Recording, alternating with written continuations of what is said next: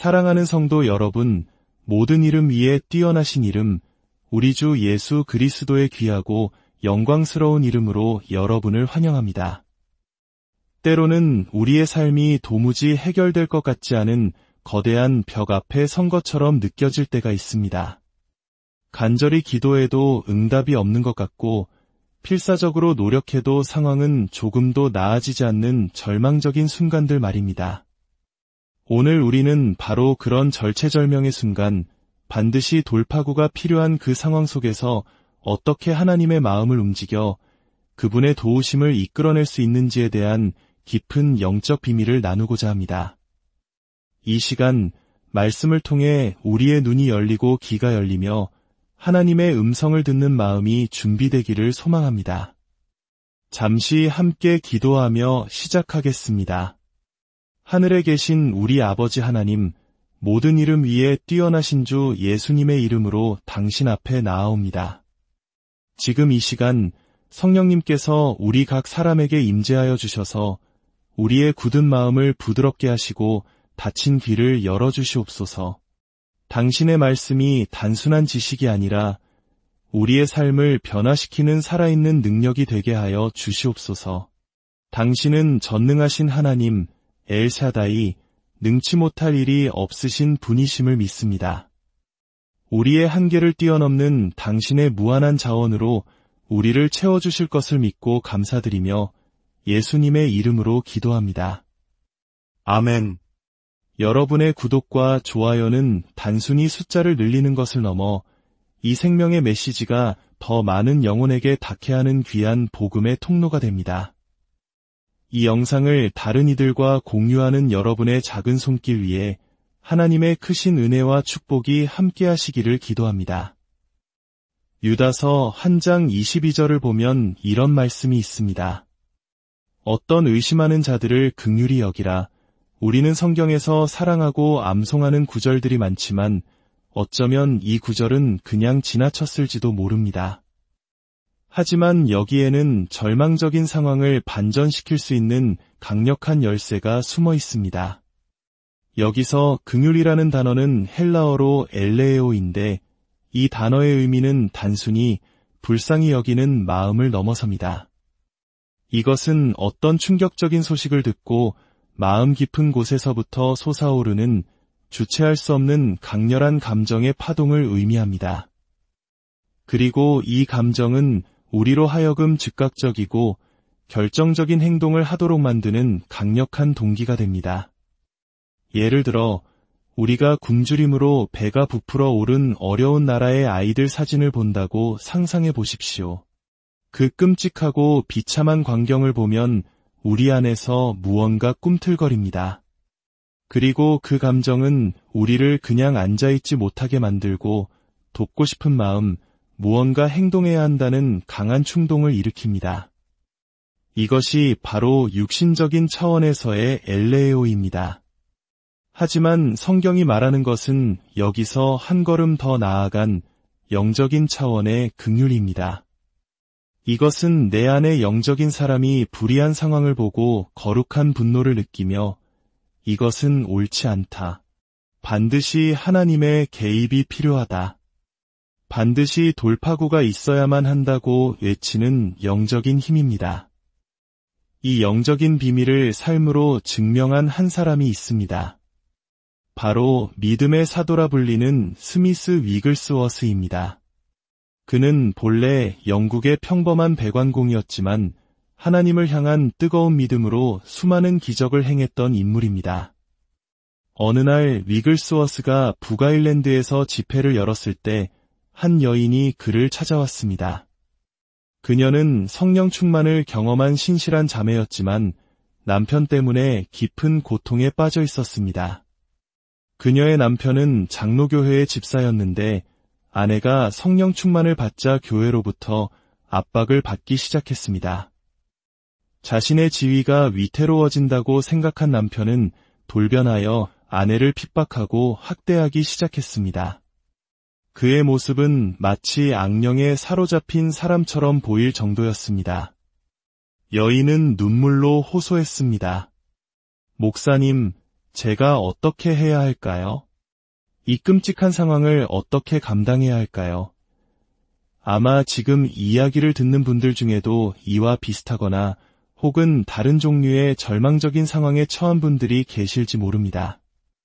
이제 더 이상 물러설 곳이 없고 하늘의 도움이 절실히 필요한 바로 그런 상황 말입니다.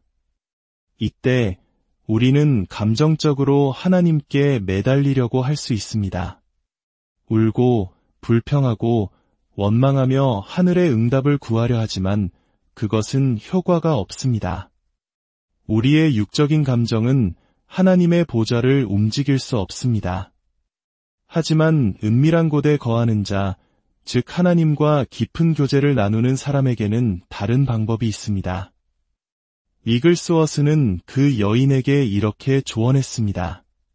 자매님, 남편이 집에 돌아오면 그에게 가능한 모든 사랑을 보여주십시오. 온 마음을 다해 그를 섬기십시오. 만약 그가 당신의 말을 들으려 하지 않거든 그냥 그가 잠자리에 들게 하십시오. 그 다음부터는 자매님의 시간입니다. 하나님 앞에 무릎을 꿇고 그 남편을 주님께 온전히 맡기십시오. 오늘 자매님이 성령의 영광을 체험한 것처럼 다시 그 영광 속으로 들어가십시오. 성령께서 자매님을 통해 기도하기 시작하실 때 하나님께서 당신 마음의 모든 소원을 들어주실 것입니다. 이것이 핵심입니다. 우리는 자연적인 본성에 따라 반응하는 것을 멈추고 영적으로 반응하는 법을 배워야 합니다. 억울하고 분노가 치밀어 오를 때 그 감정에 사로잡혀 말하고 행동하면 우리는 육신의 씨를 뿌리는 것이고 결국 죽음과 파괴를 거두게 될 뿐입니다. 그러나 우리가 성령께 씨를 뿌리면 생명을 거두게 될 것입니다. 그렇다면 어떻게 해야 육신적인 반응에서 벗어나 영적으로 반응할 수 있을까요? 그것은 바로 이 싸움이 혈과 육의 싸움이 아님을 깨닫는 것입니다.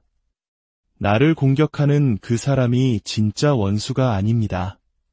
그 배후에 있는 영적인 세력이 진짜 원수입니다. 그러므로 나는 그 사람을 사랑으로 대하고 대신 은밀한 곳으로 들어가 하나님께 완전히 잠겨야 합니다. 눈에 보이는 상황이나 사람의 말에 상처받거나 흔들리지 않고 오직 하나님께만 집중하는 것입니다. 하나님은 죄인의 하나님이시며 무력한 자들의 하나님이십니다. 그분은 긍휼이 풍성하신 분입니다. 이 긍휼은 우리에게서 나오는 것이 아니라 하나님으로부터 흘러나와 우리를 채우는 것입니다. 우리가 그분이 누구신지 그리고 그분 앞에서 우리가 얼마나 절박한 존재인지를 깨달을 때 우리는 올바른 방식으로 그분께 나아갈 수 있습니다. 혈루증을 앓던 여인을 생각해 보십시오. 그녀는 12년 동안 의사들에게 모든 재산을 허비했지만 병은 더 심해졌습니다. 그녀는 모든 인간적인 방법이 끝났을 때 오직 한 가지 소망을 붙들었습니다. 내가 그의 옷자락에만 손을 대어도 구원을 받으리라. 이것은 예수님의 긍휼하심에 대한 절대적인 믿음이었습니다. 그녀는 자신의 자격이나 노력을 의지하지 않았습니다. 오직 예수님의 자비와 긍휼에 자신을 던졌습니다.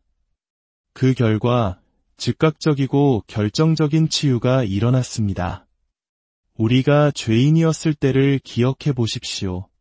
우리는 구원받을 자격이 없었습니다. 우리의 가장 선한 행위조차도 하나님 앞에서는 더러운 옷과 같았습니다. 우리는 그저 하나님의 긍휼 앞에 우리 자신을 던졌을 뿐입니다.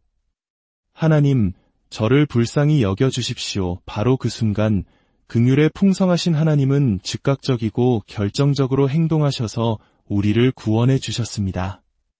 성경은 이러한 이야기로 가득 차 있습니다.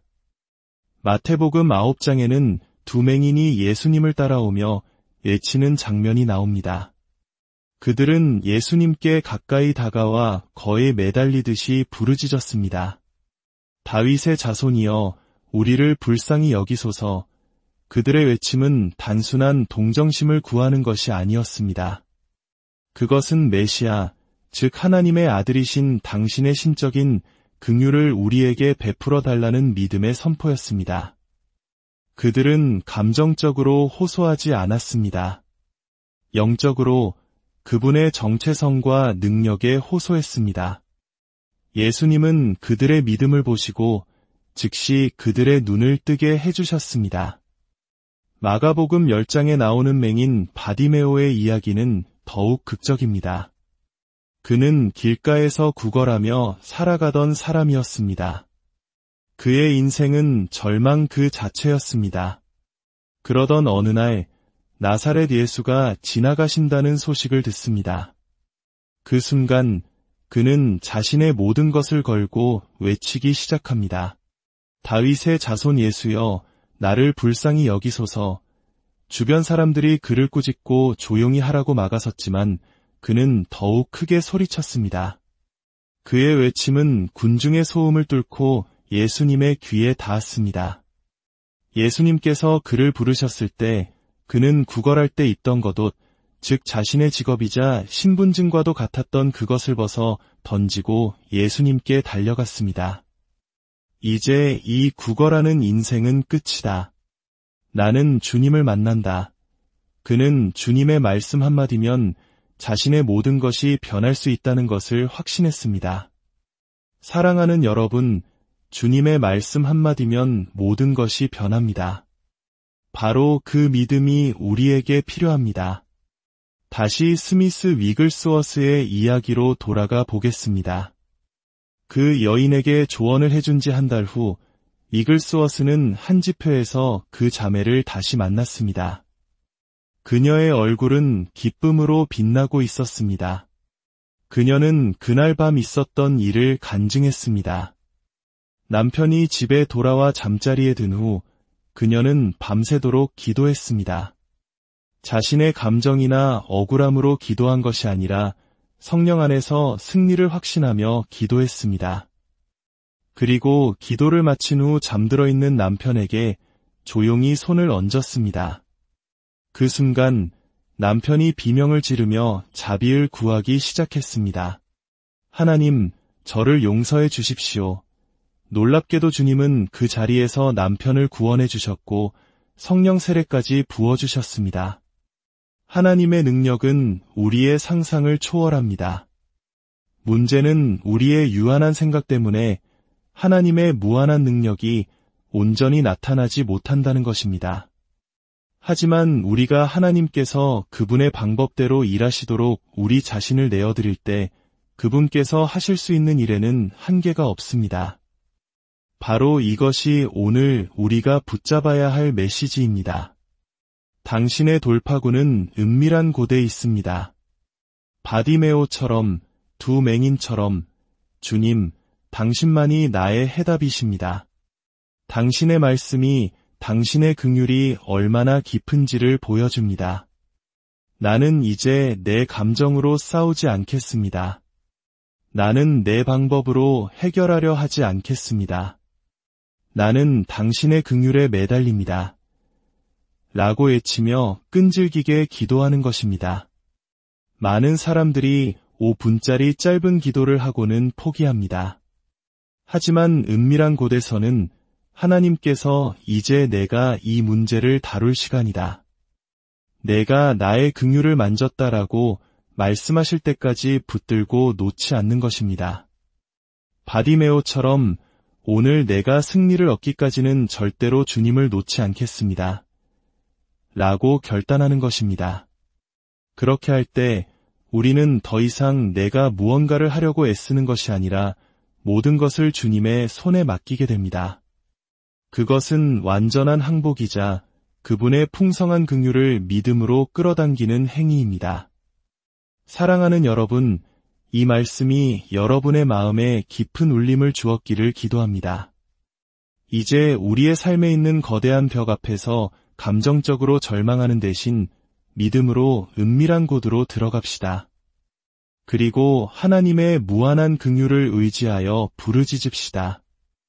그럴 때 우리의 한계를 뛰어넘는 하나님의 놀라운 역사가 시작될 것입니다.